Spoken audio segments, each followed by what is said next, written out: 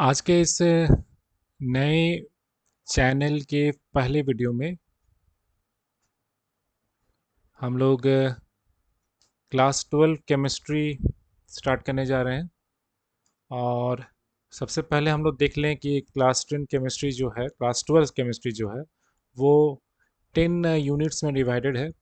जिसमें से पहला जो यूनिट है वो है सॉल्यूशन, दूसरा है electrochemistry, third is chemical kinetics, fourth is the D and F block elements, fifth is coordination compound, sixth is the haloalkanes and haloalkenes, seventh is alcohol, phenols and ether, eight is aldehydes, ketone and carboxylic acids, ninth one is amines and tenth one is biomolecules. So first हम लोग start करने जा रहे हैं solutions. Solution में जो है topic जो डिवाइडेड है, डिफरेंट टाइप्स ऑफ कैटेगरी में डिवाइड है, जिसमें फर्स्ट हम लोग स्टार्ट करेंगे सॉल्यूशंस के डिफिनेशन से, टाइप्स ऑफ सॉल्यूशन से, then expression the concentration of solution, its solubility, vapour pressure of the liquid solution, ideal and non ideal solution, colligative property and determination of molar mass, abnormal molar masses and portion boundary. So start कर रहे हैं हम लोग solution.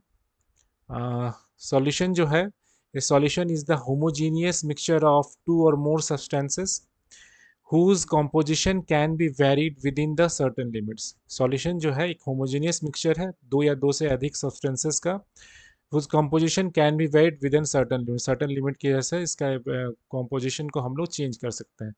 अब ये homogeneous term क्या है?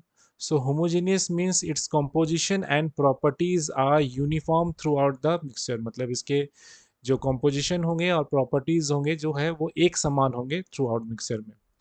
The substance making up the solution is called the component, जिससे हम लोग सॉल्यूशन बनाते हैं उसको हम लोग कंपोनेंट्स कहते हैं।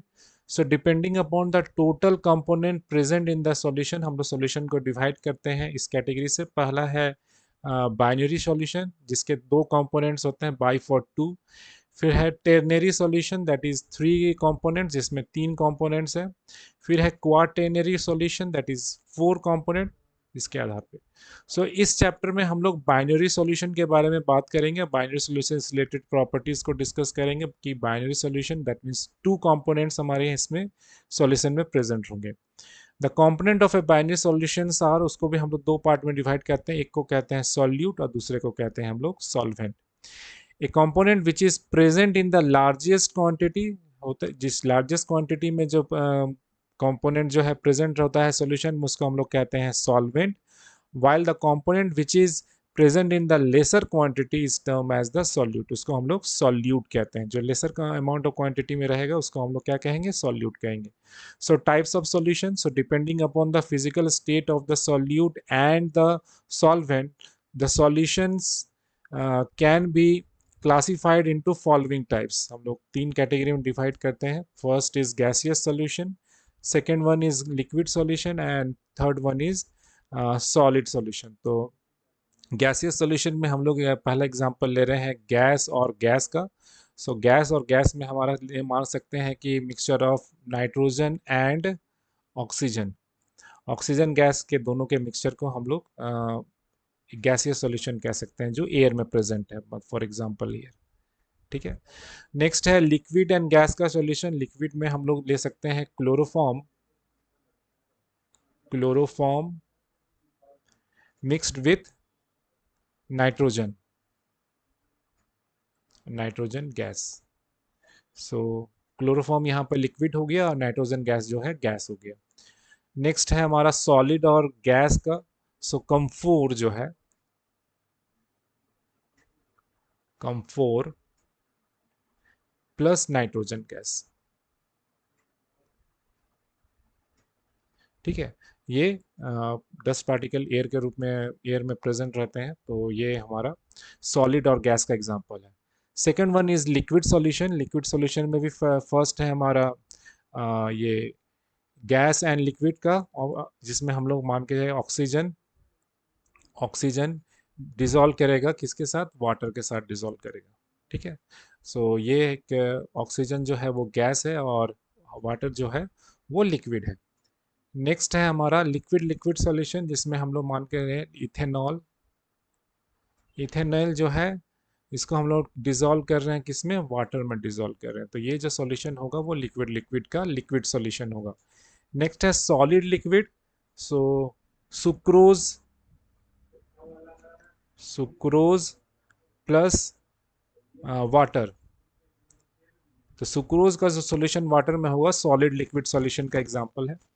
Next is solid solution. Solid में हम लोग लेंगे गैस और सॉलिड का सॉल्यूशन, जिसमें हाइड्रोजन H2 जो है इन पैलेडियम में मिक्स होगा। सो हाइड्रोजन जो है वो गैस है और पैलेडियम जो है वो सॉलिड है। Next is liquid and solid solution. So हम लोग यहाँ पे ले रहे हैं लिक्विड में मर्क्यूरी, एक मेटल है जो लिक्विड फॉर्म में रहता है रूम टेम्परेचर में, विथ सोडियम। ये क्या बनाता है, एमलगम्स बनाता है, ये हम लोग बहुत जानते हैं केमिस्ट्री में, एमलगम्स बनाता है। Next solid solid solution. Solid solid में हम लोग जान रहे हैं कॉपर जो है वो डिजॉल्व हो जाता है किसमें, गोल्ड में, और क्या बनाता है, एलॉय बनाता है। तो ये एक सॉलिड सॉलिड का एग्जांपल है। सो एक सॉलिड सॉल्यूशन है। नेक्स्ट है method for expressing the concentration of solution, और जिसको हम लोग यूनिट ऑफ कंसंट्रेशन भी कहते हैं।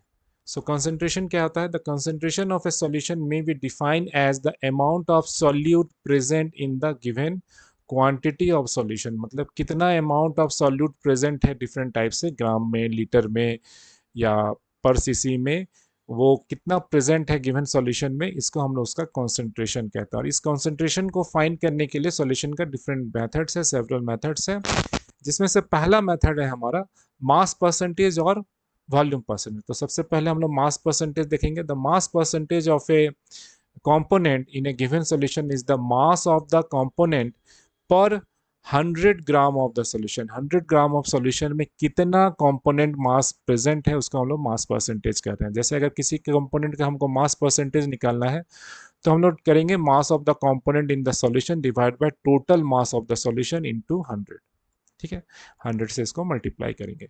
सो मान के चल रहे हैं कि if W A is the mass of the component ए, दो कंपोनेंट का बात करेंगे क्योंकि बाइनरी सोल्यूशन हम लोग ले रहे हैं, और W B is the mass of the component an B, तो टोटल मास कितना हो जाएगा, टोटल मास हो जाएगा W A plus W B. तो अगर हम मास परसेंटेज ऑफ ए निकालने जाएं तो mass of W A divide by total mass जो है मेरा W A plus W B into 100, तो ये मास परसेंटेज निकल जाएगा। मास परसेंटेज चूंकि ऊपर में भी वेट है नीचे में भी वेट है, इसलिए इसको हम लोग डब्ल्यू बाय डब्ल्यू से डिनोट करते हैं। Next is volume percentage. तो जैसा टर्म डिनोट कर रहा है, volume means volume percentage is the defined as the volume of the component per 100 part of the volume of the solution. So if VA and VB are the volumes of two components A और B, तो total volume क्या हो जाएगा हमारा, VA plus VB।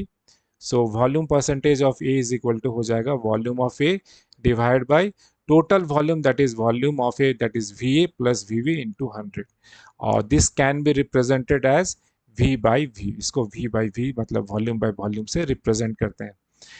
इसके बाद है mass by volume percentage, मतलब ऊपर में वेट नीचे में volume. So it is the mass of the solute dissolved in 100 ml of the solution.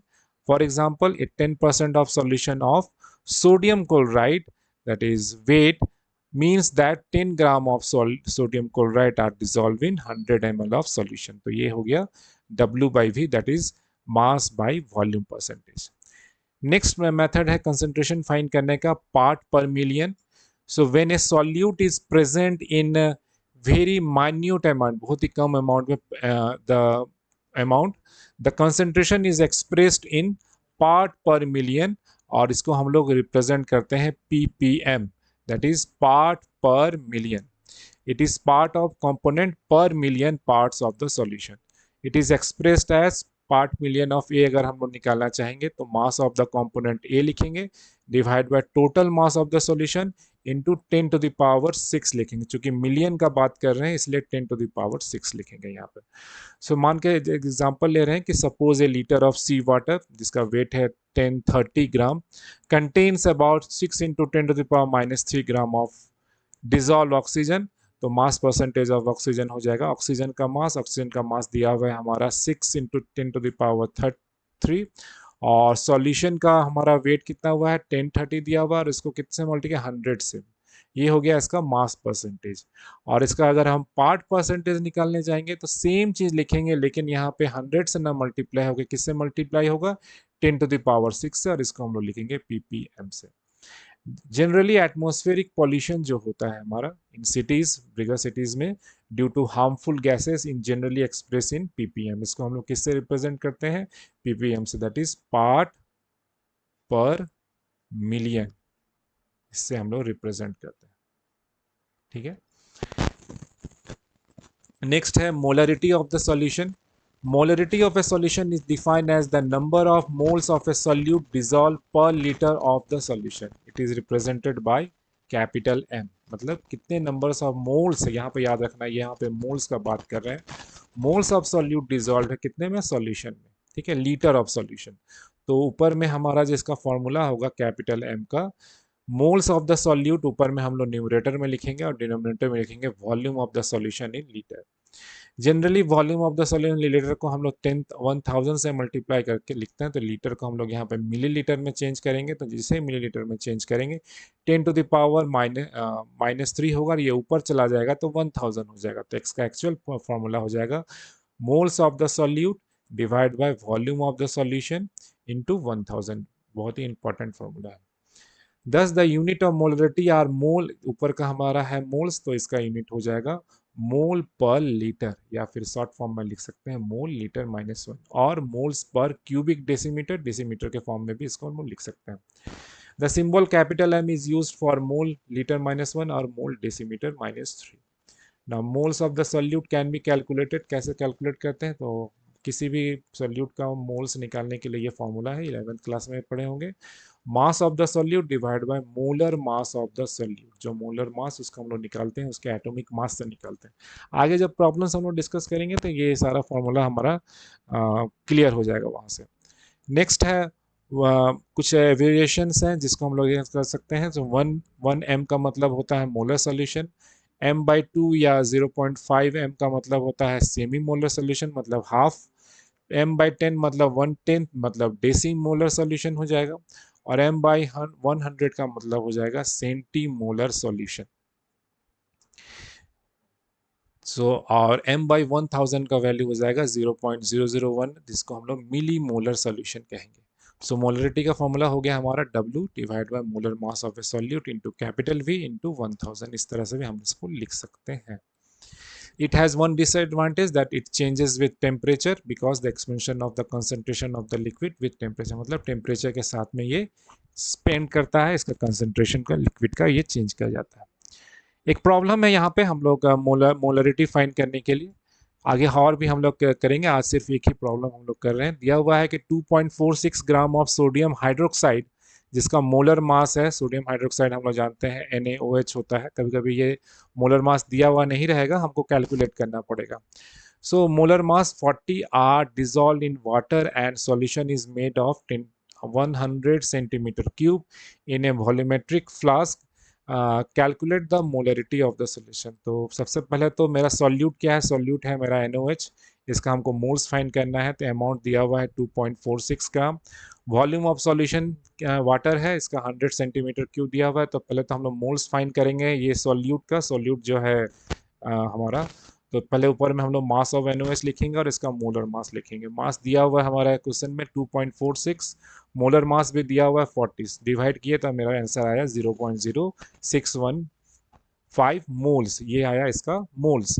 Molarity का फॉर्मूला जो होता है moles of solute divide by volume of solution into 1000। तो ऊपर में हमारा मोल्स का वैल्यू हम लोग लिख दिए, ये वॉल्यूम ऑफ सॉल्यूशन वाटर का दिया हुआ है 100, 1000 से मल्टीप्लाई सॉल्व करेंगे 0.61 मोल पर लीटर, और इस मोल पर लीटर को हम लोग जानते हैं कैपिटल M से रिप्रेजेंट करते हैं, तो इसका फाइनल आंसर हो जाएगा 0.615 M। सो आज हम लोगों ने सॉल्यूशंस के पहले चाहे क्लास में कुछ बेसिक्स देखें और बेसिक्स के साथ साथ उसके कंसंट्रेशन के वैल्यू को देखेंगे। अगले क्लासेस में कंसंट्रेशंस के और भी जो टाइप्स हैं उसको आगे बढ़ाएंगे और उससे रिलेटेड बहुत सारे प्रॉब्लम्स को हम लोग यहाँ पे डिस्कस करेंगे।